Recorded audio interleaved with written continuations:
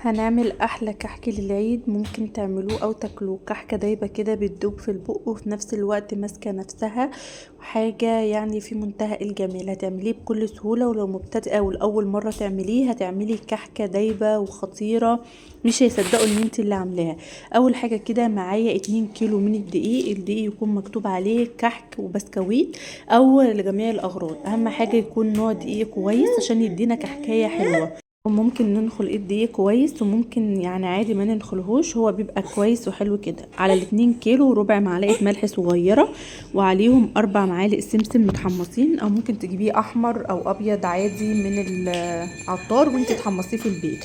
عليهم للاتنين كيلو، لكل كيلو دقيق 3 معالق سكر. فانا عاملة 2 كيلو دقيق هحط 6 معالق سكر.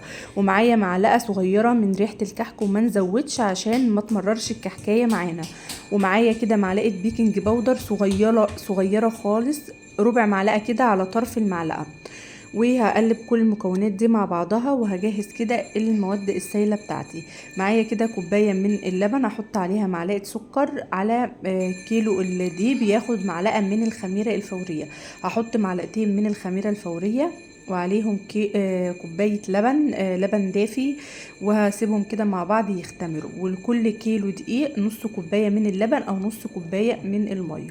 ونيجي للسمنة بتاعتنا. للكيلو الدقيق 550 جرام من السمنة، يعني الاتنين كيلو دقيق عليهم كيلو سمنة و100 جرام، يعني كيلو 100 جرام سمنة. لو هتعملي كيلو يبقى 550 جرام سمنة. ونقلب الدقيق مع السمنه كويس جدا لحد ما الدقيق بتاعي يتغلف بالسمنه، ونفضل نبست بيه بايدينا كده حبه حلوين كده لحد ما السمنه تتغلف خالص بالدقيق. والسمنه ممكن نحطها سخنه عادي، يعني دي طريقه للكحك، وزي ما انا حطاها دافيه كده وحلوه طريقه للكحك، والحالتين بيدونا كحكه دايبه وحلوه. المهم ان احنا نتحكم في العجينه بتاعتنا كويس جدا. بعد ما السمنه اتغلفت في الدقيق كده، نحط كوبايه اللبن بتاعتنا، وما نعجنش بصوابع ايدينا كده، ما نعجنش. ونقلب الدقيق مع السمنه مع اللبن مع الخميره، كل المكونات السائله اللي احنا حطيناها مع بعضها بالشكل ده، لحد ما تدينا عجينه متماسكه. وهي اخدت الكوبايه اللبن بتاعته وما زودتش، والعجينه بتاعتي اختبرتها ومش بتشقق خالص وحلوه معايا. بعد كده نجهز الحشو بتاعنا، الملبن او العجوه. انا جبت ربع كيلو من الملبن، حطيت عليه معلقه سمنه بلدي كده، وعجنتهم وكورتهم بالشكل ده. بيبقى حلو قوي. انا ما بحبش الكحك بالعجوه، فانت لو بتحبي بالعجوه ممكن تحشيه بالعجوه وبتكون حلوه قوي. الملبن كده تجيبيه وتجيبي نوع كويس يكون بيسيح، عشان في انواع بتكون ناشفه ومش بتكون احسن حاجه. بعد كده هاخد حته العجين بتاعتي المناسبه كده على حسب حجم العجينه انت عايزاها ايه، واكورها بالشكل ده. احط فيها الملبن واكورها، عايزه تبططيها، عايزه شكلها مدور واقف لفوق كده بالشكل ده، وتنقشي بقى بالمنقاش او البصامه بالشكل اللي انت حباه.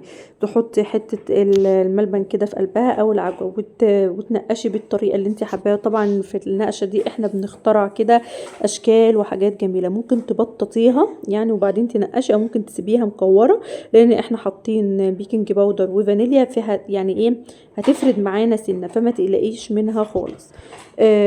بعد كده نعمل اشكال تانية كده، نقعد نخترع كده في الكحك. احسن حاجه طبعا نعمل كحك في البيت. طبعا ريحة الكحك وجماله وحلاوته كده مفيش احلى من ان احنا نعمله في البيت، وبيوفر معانا كتير قوي، ومش بياخد وقت مننا خالص. ولو في حد بيساعدك في البيت مش هي يعني ياخد معاكي وقت خالص. كل حاجة كده بتعدي بسهولة. هنعمل كده كل الاشكال بتاعتنا. هنعمل شكل مبطط كده بعد ما نبططها، ونرسم النقشة كويس جدا بالشكل ده، وبعدين نعمل اشكال واختراعات.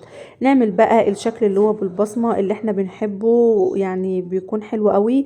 بكورها كده وبعدين ببصمها على ايدي وبحطها في الصينيه بتاعتي. وبنحط الصواني بتاعتنا تكون ألمونيوم ومش مدهونه اي حاجه خالص، ومش بيلزق مننا نهائي. اكور كده كل التكويرات بتاعتي اللي انا عايزه اكورها، واحطها جنب بعضها، بس اسيب ما بينهم مسافات، وبعدين ابصمها بالشكل ده. ممكن طبعا تستخدمي البسطامة، المنقاش، الشكل اللي انت حاباه في الكحكاية بتاعتك استخدميه.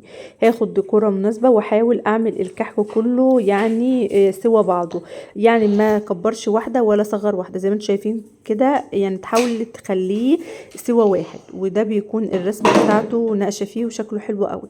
عملت كل الكمية بتاعتي، وزي ما انتم شايفين قعدت اختراعات بقى في المنقاش كده، اعمل اشكال وردات، وفي البسطامة كده، واللي في الملبن حطيته في صينيه لوحده وعلمته عشان اعرفه. وطبعا مجهزه الفرن بتاعي اسيبهم كده، يعني ما بدخلش بعد ما بخلص المنقش، بخلص الكحك بتاعي كله مره واحده، وبعدين ادخله الفرن صينيه صينيه او على حسب وسع الفرن بتاعي هياخد ايه الصواني بتاعتي ولا لا. بدا بسخن الفرن على درجه حراره 160، وبدخل الكحك بتاعي في الشبكه، يعني بحط الشبكه كده في الوسط وبدخله، بياخد الساده من 12 دقيقه ل 15 دقيقه، واللي بقلبه حشو بياخد من 15 دقيقه ل 20 دقيقه. وزي ما انتم شايفين الكحكه طلعت، بسيبها تبرد خالص وبعدين بطلعها كده، زي ما انتم شايفين دايبه في ايدي دوب، مش بتستحمل اصلا. يعني الكحك بتاعك يعني خطير، او مش بنشغل الشوايه خالص، بنشغل المروحه، وتوزيع الحراره هو اللي بيحمر الكحكايه بتاعتي بالشكل ده. وبجيب الكحك بتاعي ارصه طبعا في العلب بتاعتي واحفظه كويس جدا، وبعدين اللي احنا هناكله دلوقتي بنرش عليه سكر، واللي مش هناكله بنعينه كده من دون اي سكر عشان ما يبوظ معانا، لان السكر هيخليه يعرق معانا ويبوظ مننا. الكحكايه فيها قطمه وفي نفس الوقت ماسكه نفسها وفي نفس الوقت بتدوب. احلى كحك ممكن تعملوه، مش هياخد منكم ولا وقت ولا اي مجهود خالص.